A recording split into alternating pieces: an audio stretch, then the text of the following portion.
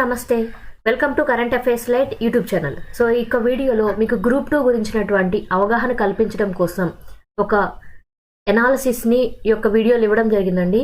Complete video అనేది ఖచ్చితంగా చూడండి, ఎందుకంటే ఏ కాన్సెప్ట్ల మీద ఎక్కువగా అడిగే ఛాన్స్ ఉంది, మీరు ఏ విధంగా ప్రిపేర్ అవ్వాలి, అండ్ మనకున్నటువంటి తక్కువ టైం, ఒక నెల కన్నా తక్కువ టైం ఉంది. ఈ యొక్క టైంలోనే మనం మొత్తం సిలబస్ని కవర్ చేయాలంటే ఏ విధంగా ప్రిపేర్ అవ్వాలో ఒక స్ట్రాటజీ అవగాహన అనేది నేను ఒక వీడియోలో మీకు ఇవ్వబోతున్నాను. అండ్ ఏ కాన్సెప్ట్ ఏ విధంగా ఉంటుందో కూడా తెలుసుకుందాం. Welcome to current affairs light YouTube channel. So రీసెంట్గా అయితే మన ఏపీఎస్సి గ్రూప్ 2 రిలీజ్ అయిందండి 2024కి. సో ప్రిలిమ్స్, దాని తర్వాత మెయిన్స్ అనేవి ఉంటాయి. అండ్ దాని గురించి సిలబస్లో మనం ఏ విధంగా చూడాలో మనం తెలుసుకుందాం. సో ఇక్కడైతే సెలక్షన్ ప్రాసెస్ అనేది 3 కేటగిరీస్గా మనం చూస్తాం ఎప్పుడు. సో ప్రిలిమ్స్ అనేది ఉంది, మెయిన్స్ ఉంది, దాంతోపాటు కంప్యూటర్ ప్రొఫిషియన్సీ టెస్ట్ అనేది కూడా ఇస్తున్నారు. సో ఇది కూడా ఇంపార్టెంట్. దాని తర్వాత డాక్యుమెంట్ వెరిఫికేషన్ కూడా తీసుకొని పడుతుంది. సో ఏదైతే ఫస్ట్ స్టేజ్ ఉందో ప్రిలిమ్స్ ఎగ్జామ్స్కి సంబంధించినటువంటి స్టేజ్, అది ఒక వడపోతలాగా ఎంతోమంది ట్రై చేస్తూ ఉంటారు. ఎప్పటి నుంచో ఈ యొక్క నోటిఫికేషన్ కోసం ఎదురు చూస్తున్నారు అభ్యర్థులు ఉంటారు.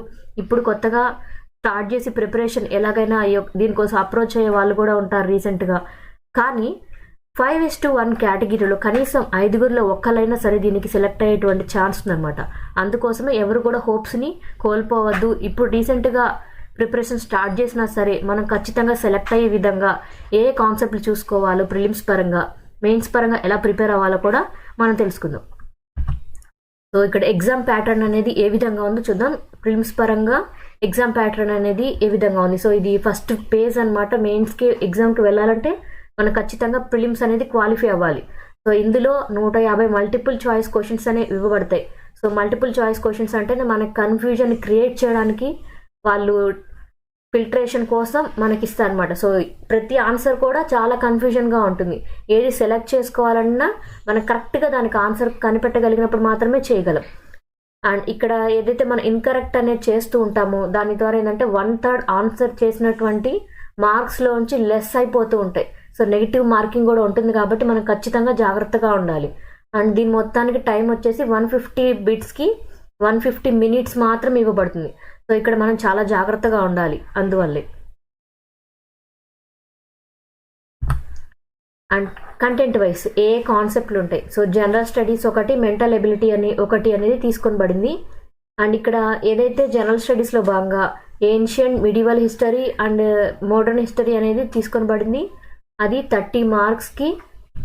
అండ్ జాగ్రఫీ పరంగా ఉంది, జాగ్రఫీ పరంగా 30 మార్క్స్కి, ఇండియన్ సొసైటీ పరంగా 30 మార్క్స్కి, కరెంట్ అఫైర్స్ పరంగా 30 మార్క్స్కి.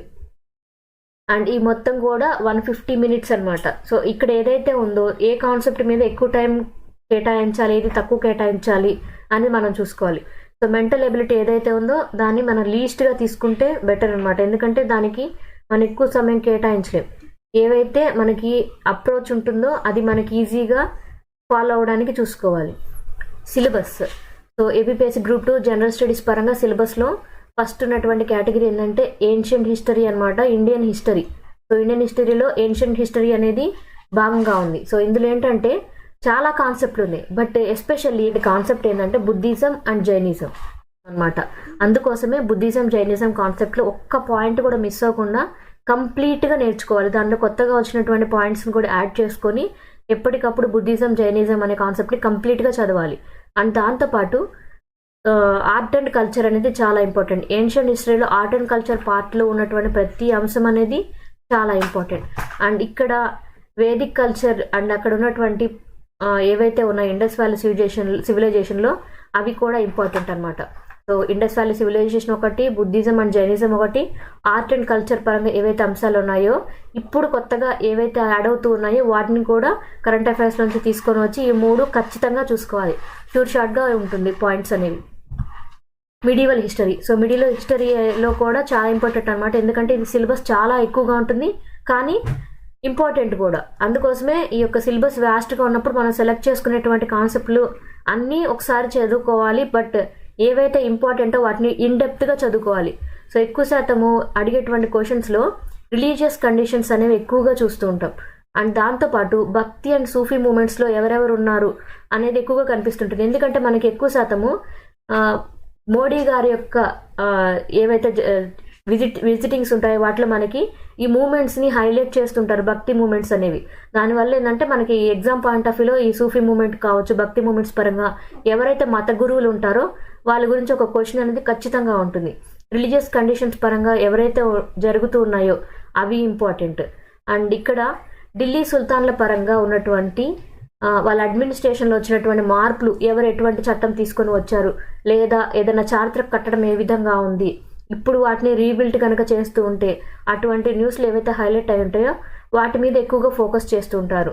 అండ్ మోడర్న్ హిస్టరీ పరంగా ఎక్కువగా మనం చూసేటువంటి అంశం ఏంటంటే పోస్ట్ ఇండిపెండెన్స్ గురించినటువంటి అంశాలు ఏవైతే ఉంటాయో వాటిని హైలైట్ చేస్తూ ఉంటారు.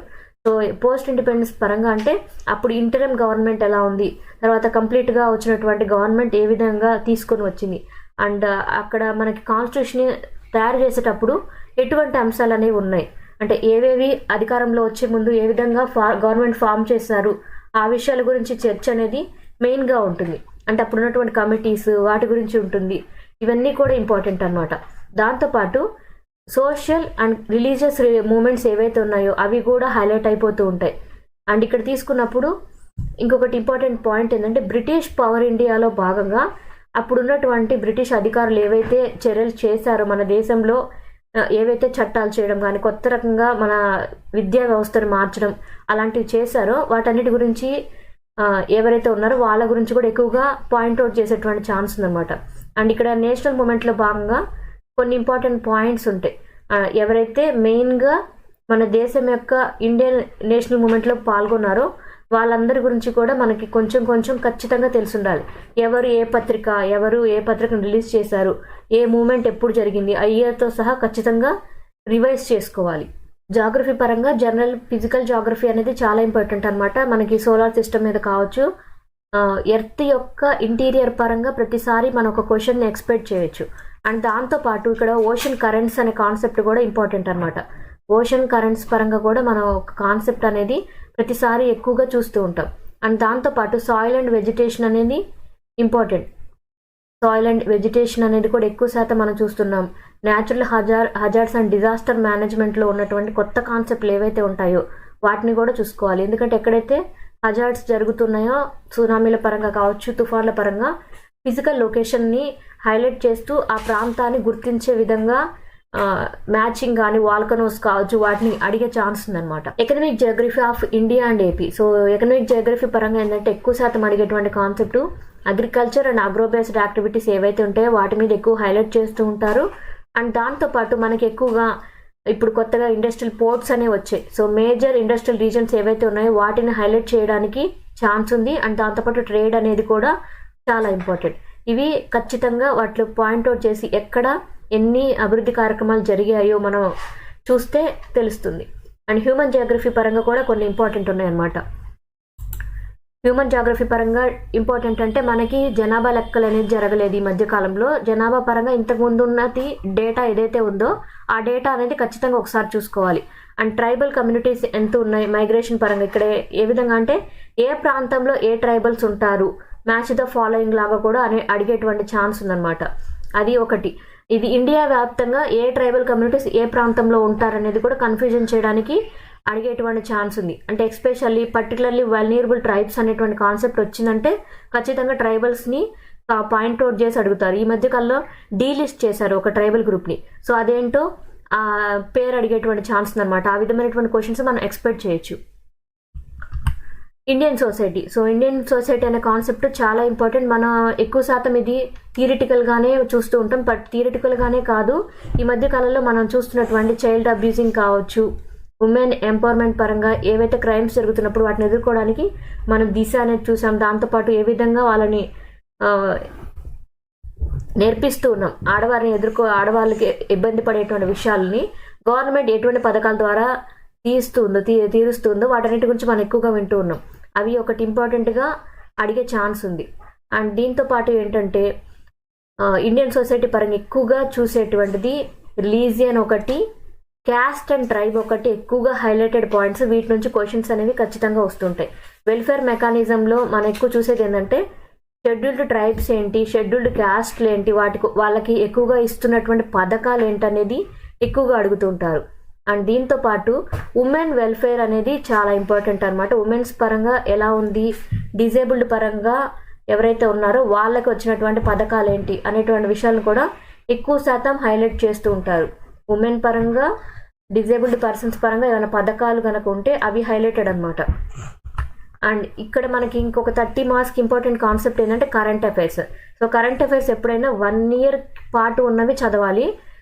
అట్లీస్ట్ 6 months ఉన్నటువంటి కరెంట్ అఫైర్స్ అనేది కంపల్సరీ అనమాట.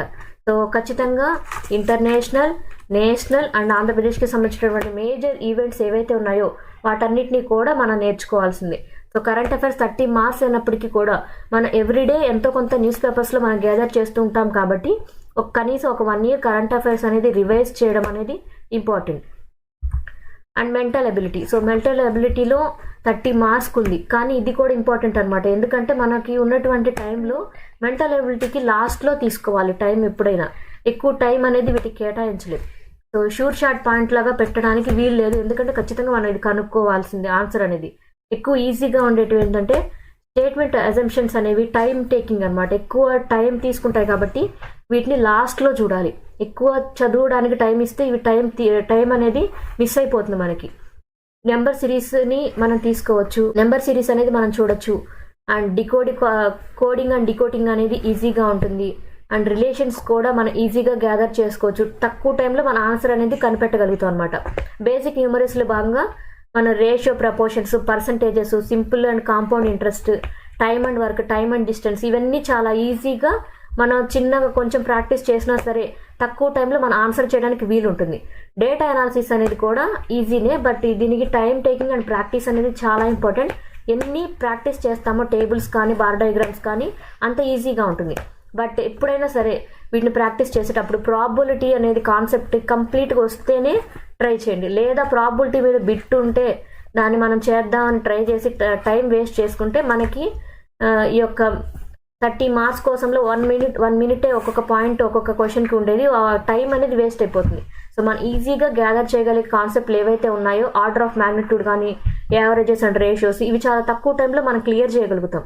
సో టైం ఈజ్ ఇంపార్టెంట్ కాబట్టి ప్రాబబిలిటీకి సంబంధించినటువంటిది మనం ఇంతకుముందు ప్రాక్టీస్ చేయకపోతే వాటి జోలికి వెళ్లకుండా ఉండటమే ఎగ్జామ్ పాయింట్ ఆఫ్ వ్యూలో మంచిది. ఈజీగా time and work, time and distance, clocks ఇవి ఈజీగా ఉంటాయి. సో అవి మనం ఒకసారి ప్రాక్టీస్ చేసుకున్న మన ఎగ్జామ్లో అటెండ్ చేయడానికి వీలవుతుంది. Thank you for watching my video. మీకు కనుక నా వీడియో ఎక్స్ప్లెనేషన్ నచ్చినట్లయితే నా వీడియోస్ లైక్ చేయండి, షేర్ చేయండి, సబ్స్క్రైబ్ చేయండి.